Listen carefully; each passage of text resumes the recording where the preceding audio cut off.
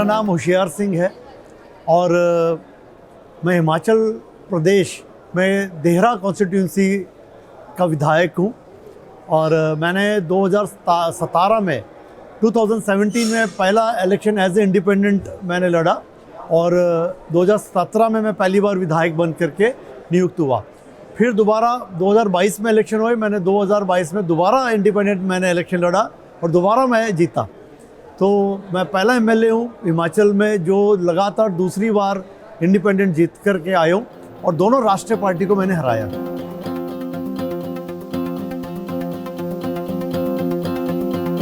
मेरे कॉन्स्टिट्यूंसी जो है देहरा कॉन्स्टिट्यूंसी, जिसका नाम है, पिछले 70 सालों से देहरा कॉन्स्टिट्यूंसी जो थी बड़ी पिछड़ी हुई कॉन्स्टिट्यूंसी थी और इसमें 70 सालों से जो है बाहर के लोगों को टिकट मिली, लोकल आज दिन तक किसी को टिकट नहीं मिली। दोनों पार्टियों ने बाहर के लोगों को टिकट दी। पहली बार ऐसा हुआ कि देहरा के जो लोगों ने एक लोकल व्यक्ति को इंडिपेंडेंट के रूप में जिताया और लगातार 2 बार जिताया।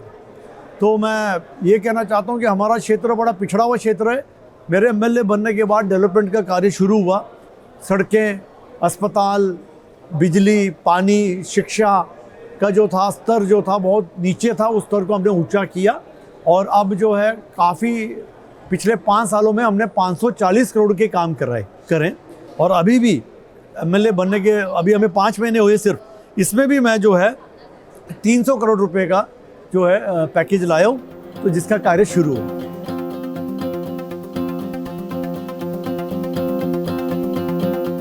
एनएलसी का जो कार्यक्रम है ये बहुत अच्छा है।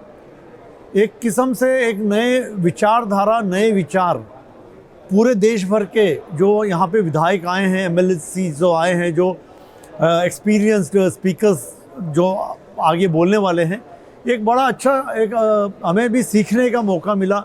Different caste, culture, religions everywhere, ये सब चीज़ों से हमें भी एक एक्सपीरियंस मिलेगा कि हर क्षेत्र में किस तरह से डेवलपमेंट हो रही है।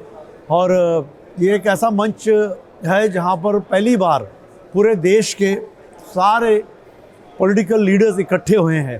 तो मैं इसका सचमुच बहुत ही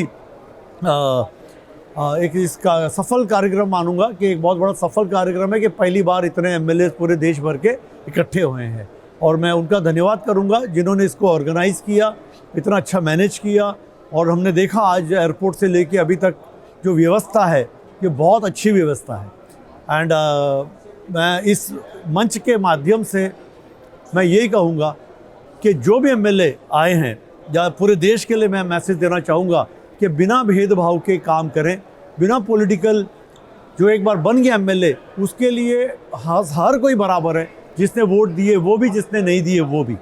तो हम भेदभाव छोड़ करके सिर्फ हमारे देश को मजबूत करें, अपने प्रदेश को मजबूत करें, अपनी कॉन्स्टिट्यूंसी को मजबूत करें, अपने जनता को सारी सुविधा प्राप्त जो मुहैया कराएं। और जो एक हमारा एक जो टैग है कि that we are developing country, उसको हटा करके we should give a tag that we are developed country, not a developing country, we are a developed country. ये तब संभव होगा जब डेमोक्रेसी के जो रूट्स है ये पक्के होंगे, हम सब जो है मिल करके चलें और देश को मजबूत करें, प्रदेश को मजबूत करें।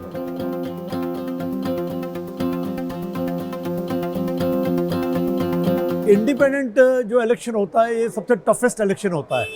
जो 2 राष्ट्रीय पार्टी होती है जिनकी गिनती 10,000 से शुरू होती है, लेकिन इंडिपेंडेंट की गिनती जो होती है 0 से शुरू होती है।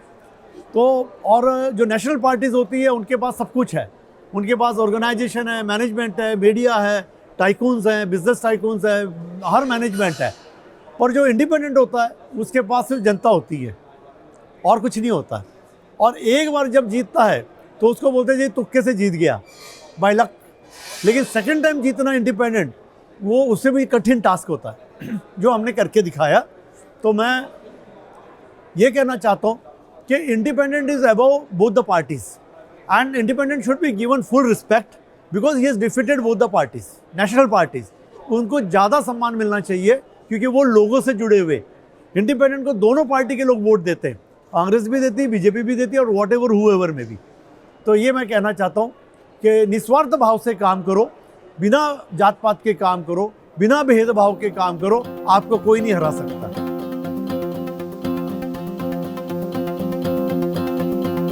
मैं मुंबई का हूँ, born and bought up in Mumbai, और मेरा जो पैतृक गांव है वो हिमाचल प्रदेश है।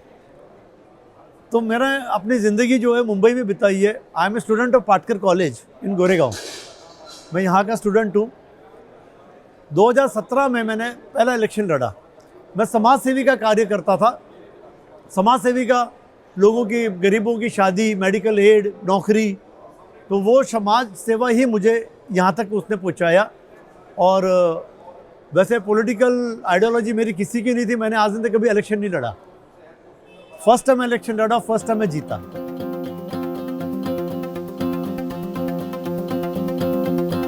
पहला इलेक्शन हमेशा यादगार इलेक्शन होता है कि जिस व्यक्ति ने कभी विधानसभा नहीं देखी, जिस व्यक्ति ने कभी विधानसभा में प्रश्न कैसे लगाने वो नहीं पता जिसको, और वो पहली बार जब जीत के जाता है तो उसका जो ये एक्सपीरियंस होता है बहुत ज़बरदस्त होता है। तो हमने सीखा। आज भी हमारे में सीखने की लगन है कि हम सीखना चाहते हैं। No one is fully educated, तो हम सीख रहे हैं और वो सीख करके जो है जनता को बेनिफिट पहुंचा रहे हैं। तो मेरा मानना ये है, जैसे मैंने पहले भी कहा, कि निस्वार्थ भाव से जो काम करता है, मान सम्मान देता है गरीबों को, हर किसी को, उसको कोई नहीं हरा सकता।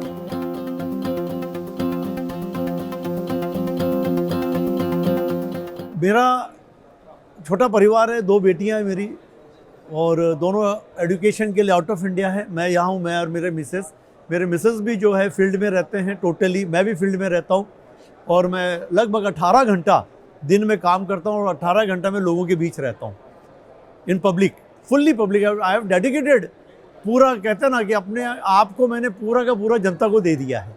सुबह 6 बजे स्टार्ट करता हूँ दिन, और रात के 10 बजे ख़त्म होता है, 10-11 बजे ख़त्म होता है। तो मैं अपनी पूरी ज़िंदगी जो है, पूरा टाइम जो है वो मैं अपने पब्लिकली डेडिकेटेड कर दिया है, और कोई काम नहीं करता हूँ।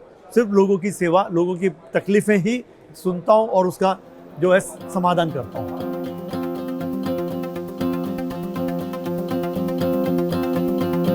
सबसे बड़ी स्ट्रेंथ है मेरी जनता, मेरे लोग। मेरी जनता मुझे एमएलए नहीं मानती, मुझे अपने घर का सदस्य मानती। ये हमारे घर का है, तो मुझे कोई एमएलए नहीं मानता। जैसे कहते हैं ना, कहीं भी किसी भी वक्त मैं किसी के भी घर चला जाता हूँ, और जनता ही मेरी सबसे बड़ी स्ट्रेंथ है। और दूसरी मेरी धर्मपत्नी, मेरे दोस्त जिन्होंने मेरा साथ दिया, और आज भी जैसे 2017 में थे, आज भी उसी तरह मेरे साथ खड़े। कोई मुझे छोड़ के कोई नहीं गए।